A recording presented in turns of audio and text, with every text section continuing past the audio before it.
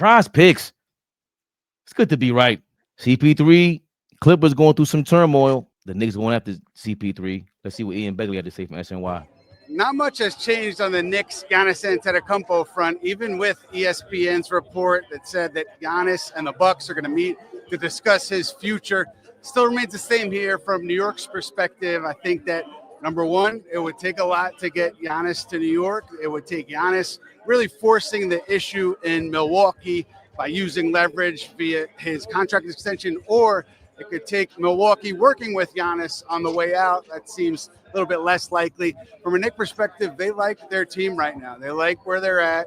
20-plus games in, they're excited about what they've seen so far. Knicks did make a real offer for Giannis over the summer.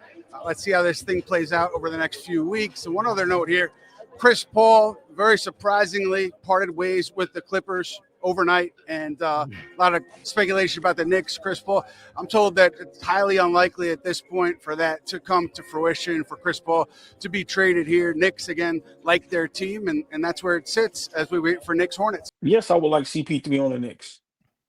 He's a leader. I'm not a big fan of him, but does that make him not a great basketball player, not a great backup point guard that we need drastically, and not a high IQ guy? A guy that's going to hold people accountable. You know, he rubs people the wrong way. Nobody likes him. And I like guys like that. So I think he'd be a great you need guys like that, man. He'd be a great locker room guy for guys. I think a guy like Kolek can learn a lot from him.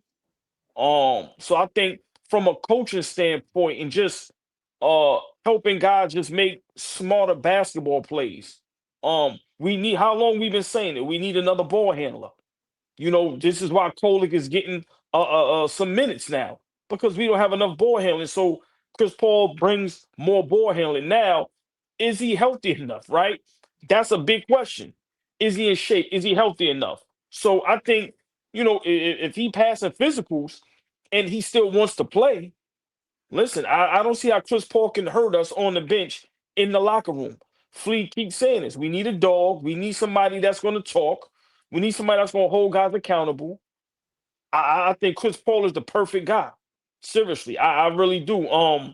And once again, another ball handler, another guy with high basketball IQ, and another guy that can help us win basketball games just by being on the bench. I think he's probably going to be a better assistant coach than everybody on the Knicks coaching staff. So I look at it from that standpoint as well. So I would love Chris Paul here, especially if it's not going to cost us nothing. Hell yeah, why not? What do you think, Flea, the idea of Chris Paul in a Knicks uniform? Oh, so Chris Paul could talk, but Josh Hart can't talk. Well, I understand. I got it. A nigga that's active. The niggas that's gonna be part of actual winning on the basketball court. That's gonna be on basketball and the actual winning the game. He can't say nothing, but we could bring this old nigga in and he could get us. No, slow down. I got it. No, you're gonna upfront me. I'm not done. Plus people. No. Yeah, fuck out of here. Hold on. Chris Paul been to a finals. He's regarded as one of the best guards in NBA history. OG, I know. Don't tell me nothing I know already. Come on, I know. He's gonna read his resume out to you. He played for the Clippers. Here's the thing, though. No. In all seriousness, though, it solves the backup point guard problem, right? We was laughing and joking about Malcolm Brogdon retiring on us, and now we see that we got a real, backup point guard issue, because Kolek is really not ready per se yet. He has moments, but on a consistent basis, he's not really ready. So maybe that solves the backup point guard issue. My thing is are our guys tough enough to have Chris Paul come into our locker room? Great question. Do we have enough to be able to be held accountable the way he holds the people that he plays with accountable? He is not a well-liked dude around the league, right? Simply because he's a little dude.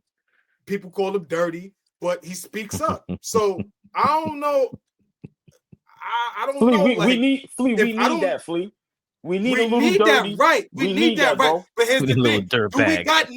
Do we have niggas that's going to step up when that happens? Or how many niggas do we have that's going to shrink when that shit happens?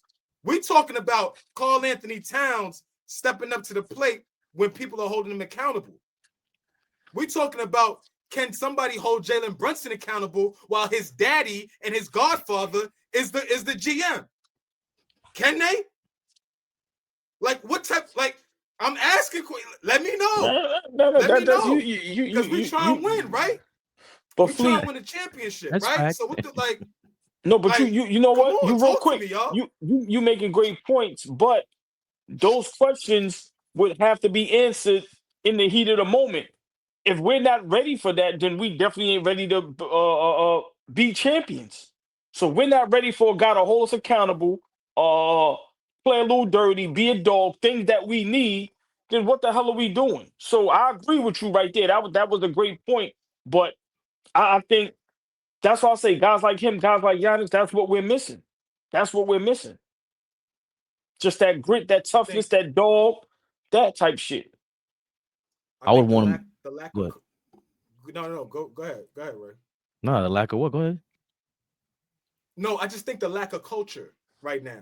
I saw something on the internet earlier today, and I dropped a comment, and my comment was surrounded around culture and identity. I think if Tori B is still here, Tori B knows what I'm talking about, because I think she liked it or commented on it or something like that. We were looking at the same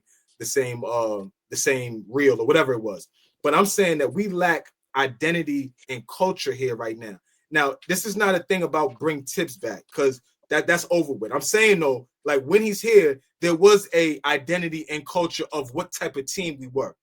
We was never gonna lay down. We was gritty. We was gonna grind shit out. You could have the Knicks down by 20, and that game's not over yet, right? That's the identity we had. I'm just saying, after 20 games, we don't have an identity. I don't know what this Knicks team is on a night in, night out basis.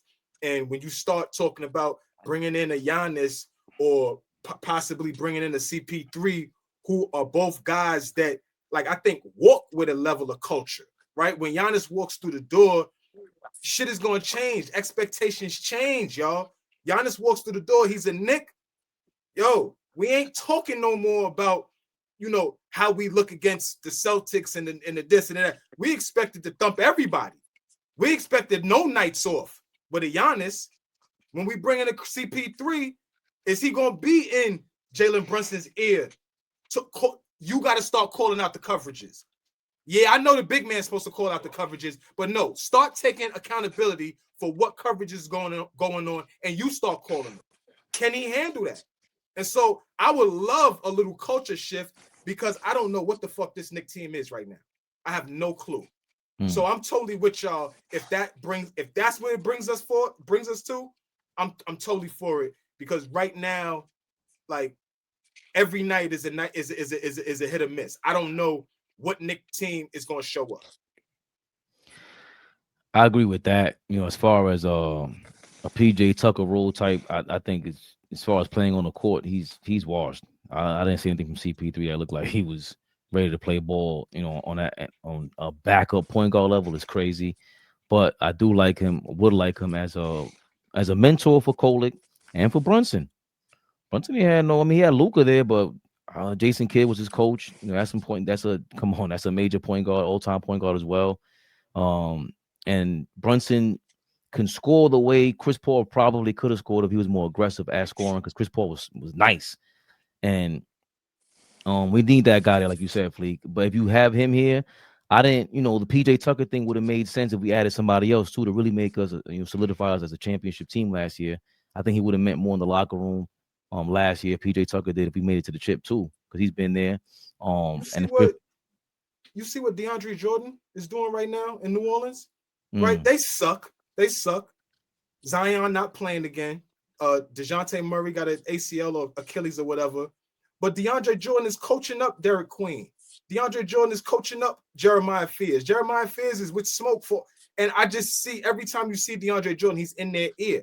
He ain't doing a damn thing on the basketball court. They're not asking him to give no meaningful minutes, but he's over there in them young boys' ears. These kids, they're kids compared to a DeAndre Jordan. I would like that in our locker room for sure. I'm sorry to cut you off.